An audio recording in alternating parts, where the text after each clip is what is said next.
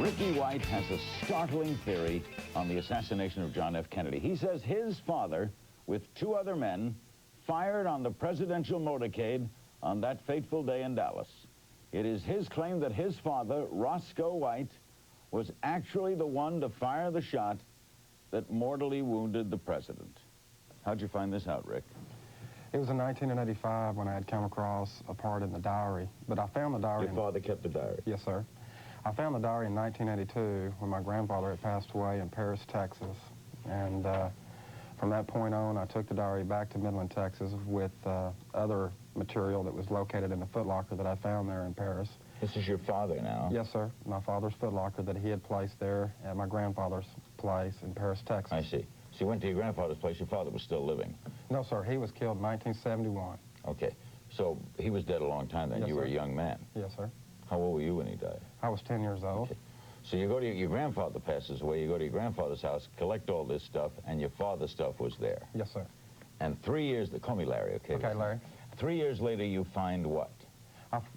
3 years later, I come to a part in the diary. It was an everyday event that he would place into the diary.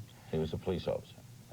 He was a police officer for the Dallas Police Department, and I come across a part in the diary where it stated that him and 2 other men were in a part of the assassination. He was, it started out that himself was MANDARIN, was located behind behind the stockade fence, and that Lebanon was in the 6th floor book depository. That would be Oswald. No, Oswald was not one of the shooters in the Kennedy assassination. Oswald was probably in the book depository, but was not one of the shooters in Dealey Plaza. Saul was on the top of the records building, and what they had was a triangular shooting fire at the motorcade. That's the diary date of Friday, November 22nd. Yes, sir. What did he have on November 21st? Did he write, "Tomorrow we're going to kill the president"? No, he never did. What he had stated was that him and a few other men had met the day before and had corroborated the plans before the next day, and that was what the assassination would be, the November the 22nd. Did he enlarge at all on who Lee Harvey Oswald was and how that whole scenario took place? No, sir. No, Larry, no, he never did. He just said he shot and 2 other guys shot. That's correct. Did he write why they shot? Yes, because the men in the buildings would be diversion for the man behind the picket fence. And what it would be is they would fire first, giving the diversion of the people maybe looking up towards the buildings when he would fire the fatal shot to the throat. Your father was how old? He would have been 28 years old at the time. Why did he want to kill the president? He was asked through Naval intelligence, which was a right wing of the CIA at the time, to eliminate a national security threat. What took you 5 years to give us this diary? It took me a long time to be able to corroborate the story, to be able to find other people that my father was involved with. You mean you went on a 5-year personal investigation? No, sir. I was on a full-time job basis. I had to do it on a personal venture until 1989, and that's when I started doing this full-time. Why didn't you think of taking it, say, to the Dallas Times-Herald or Dallas Morning News or New York Times or Washington Post or CNN or somebody and say, look what I got here. Let's go. First, I had to prove to myself that the story was true and to investigate it. And my ideals at the time that I was never going to bring the story public. I wanted to... It's your father. I know that. And it's hurt me very deeply to come forward to tell the story. What proved it to you? It was the diary in 1985. I know, but you said you had to go out to prove it. Was there any... Yeah, when I started investigating the Kennedy assassination, corroborating through other individuals that my father was plotted into the assassination, is when I came forward to a businessman in Midland, Texas, and asked him if he would be interested in hearing the story, and he was. And at the time, it was just strictly a one-on-one individual that he was interested in finding out who was involved in the Kennedy assassination. Where's the diary now? I would believe now it would be in the possession of the FBI. Did you turn it over to them? No, I did not. How did it disappear if it was in your possession? Well, when I was taken in of May of '88 to be interrogated for the involvement of a safety deposit box is when they discovered that I had a diary.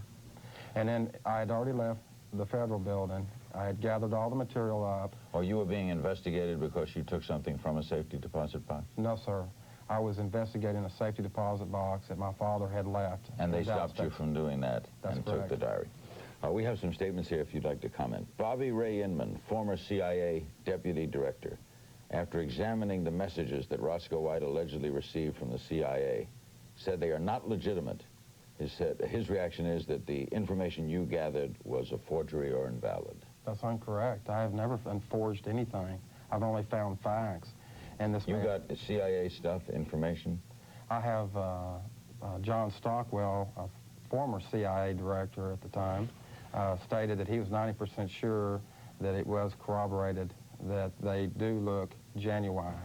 The FBI says that they received this information in 1988, as you state, but, quote, determined that this information is not credible, end quote. That's what they had told me in May of '88 when I was in there being interrogated. They denied me. They told me it was not true, and I'd known then at that time that I was not going to get any cooperation out of the Federal Bureau of Investigation. And the Dallas Police Department told the producers of Larry King Live that it was unlikely your father would have been on day work at that time. He would probably still be in the academy. The Dallas Police Department does verify that he was employed. Well, that's correct, but my father did not go to the academy until after January of 1964.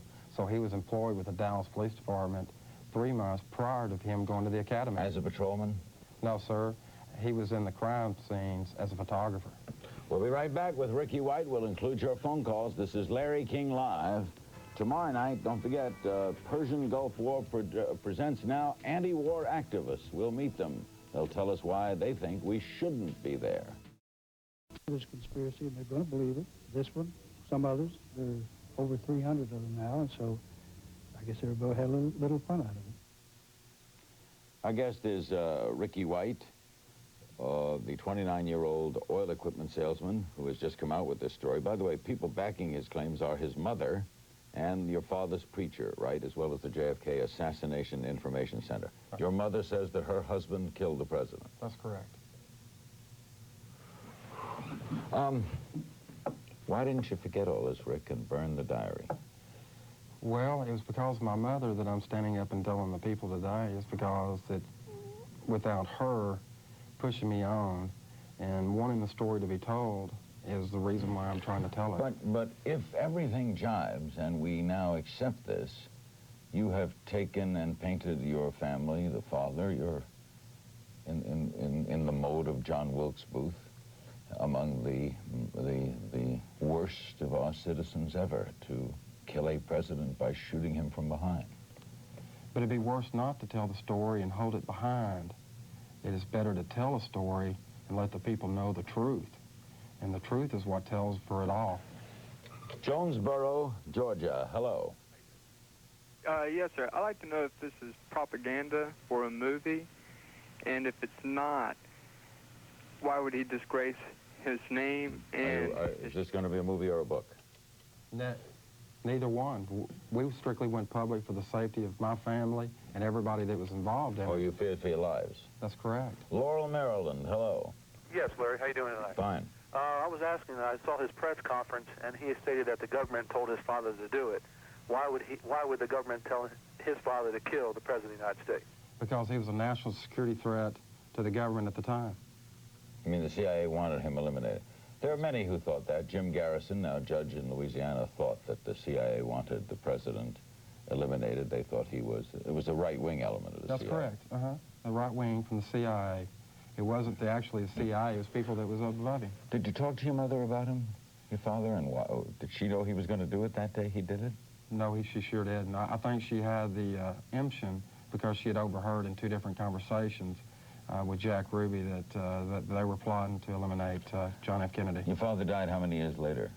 He died in 1971. And 8 years later? Yes, sir. Of natural causes? No, he was an explosion at M&M Equipment Company, and it was a false... it wasn't... he basically had gone on a break for about 15 minutes and had returned, and somebody had cut in the acetylene hoses inside there, and the room had filled up with acetylene. And there was a 5-gallon gas can that was delivered from Aerial Chemical that was placed up under the welding table. And when he arched a flint and then You're exploded. saying they killed him. That's correct. Are the other two people, too, who are in the diary? We have no earthly idea. We're right now in the research of finding those two men. We'll be back with Ricky White on Larry King Live after this. By the way, this is Ricky White's first ever appearance on television, so this has not been easy. And Hugh Ainsworth, the gentleman we showed earlier, kind of debunking this story, you say he was going to write the book of this, right? That's correct. He was going to write a synopsis for us, and he was very interested in doing it at the time, but had another commitment. He was wondering if we could wait later before he could do it. So you think he's doing this out of spite? I believe he is.